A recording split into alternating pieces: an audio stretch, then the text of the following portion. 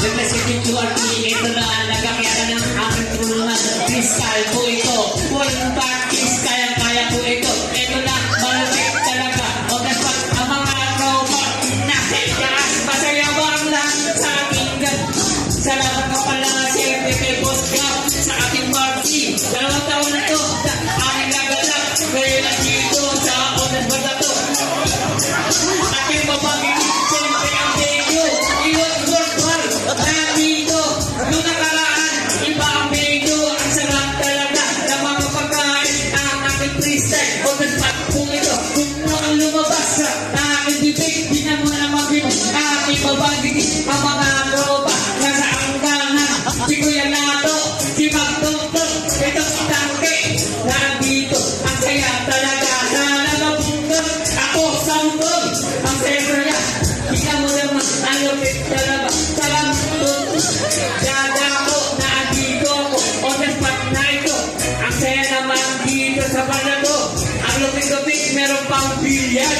Walang basketball para na tumira. Hindi mo naman, ito sila nyo, ang kanyang suot.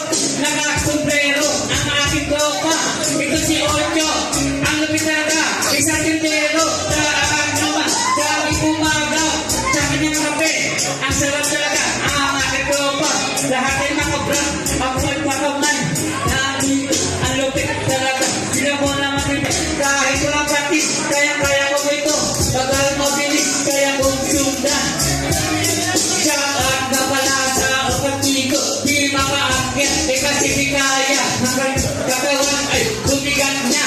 Salamat na pala sa kapitito. Nandito, pinamang iba.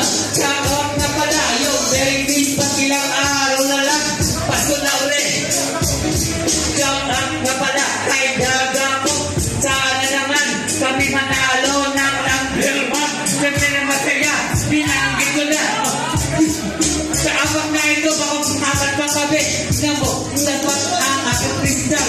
Ako ay haharap sa ating lahat.